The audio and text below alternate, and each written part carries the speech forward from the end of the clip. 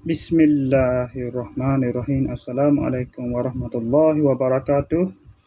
Berjumpa lagi kita dalam channel saya. Hari ini hari Khamis 24 hari bulan 12 hari bulan Februari 2026 Masihi bersama dengan 24 Syaban 1447 Hijriah. Sekarang ni pukul 5.26 petang. Seperti biasa, video daily report kita untuk hari ni. Kemarin pada buat video daily report kemarin, saya terus siap-siap terus pergi ke Kedai Fikri, minum petang seperti biasa. Lepas sudah minum petang tu, saya singgah semaya maghrib di masjid pada Buah. Lepas tu pas semaya maghrib, semaya isyak, ada kuliah maghrib, lepas tu semaya isyak lalu. Lepas tu seperti biasalah, jamuan makan-makan lah. Seperti biasalah. Kuliah terakhir dah ni. Belum masuk Ramadan. Ramadan ni rehat sebulan. 4 minggu tak ada lah kuliah ni. Jamuan makan pun tak ada lah. Jamuan makan esok dan lusa lagi. Ada 2 hari lagi lah jamuan makan di masjid. Subuh Jumaat dan Sabtu. Lepas tu dah tu lepas selesai tu saya balik dah singgah Kedai Fikri ya. Biasalah minum malam biasalah. Lepas tu balik ke rumah pada pukul 12 berapa malam? Pukul 12.20 dah malam. Lepas tu tidur pada pukul tidur pada pukul 12 pukul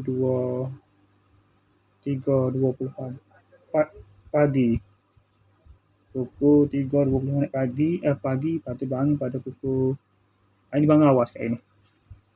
Hari ni bangun 5.48 pagi bangun. Lepas tu subuh 5.15. Mana dah semai subuh tepat waktu hari ni. Ada 6.50 pagi bangun semai subuh. Lepas dah semai subuh tu dah ada pukul 7.52 pergi ke Kedai Fikri minum pagi seperti biasa lah. 7.15 dah balik sampai sana pukul 8 lah lebih kurang. Lepas tu subuh minum pagi tu satu upload video lah sana, download video dan juga upload video sana sampai ke pukul dapat pada pukul 12 berapa je 12.10 hampir 12.30 balik 12.30 dan balik klik rumah tak ada lama dah ada pukul 1.25 masuk waktu Zuhur. Lepas sudah masuk waktu Zuhur tu pukul 2 tu semaya Zuhur. Lepas tu 2.10 tu rasa mengantuk, tertidur. Bangun pula pada pukul dah tidur tak? Bangun pula pada pukul 9.05 saat ni. Sedar tu duduk sejik ni duduk email tu semaya dah. Bangun terus mandi terus semaya asar pada pukul 9.20 saat ni semaya asar. Dan sudah semaya asar terus buat video ni pada pukul 5.20 minit. Tersedar adik. Terkejut jaga adik. Lepas tu terus mandi semaya asar lah. Lepas tu 5.16 tak ni. Selepas semaya asar tu terus buat video ni.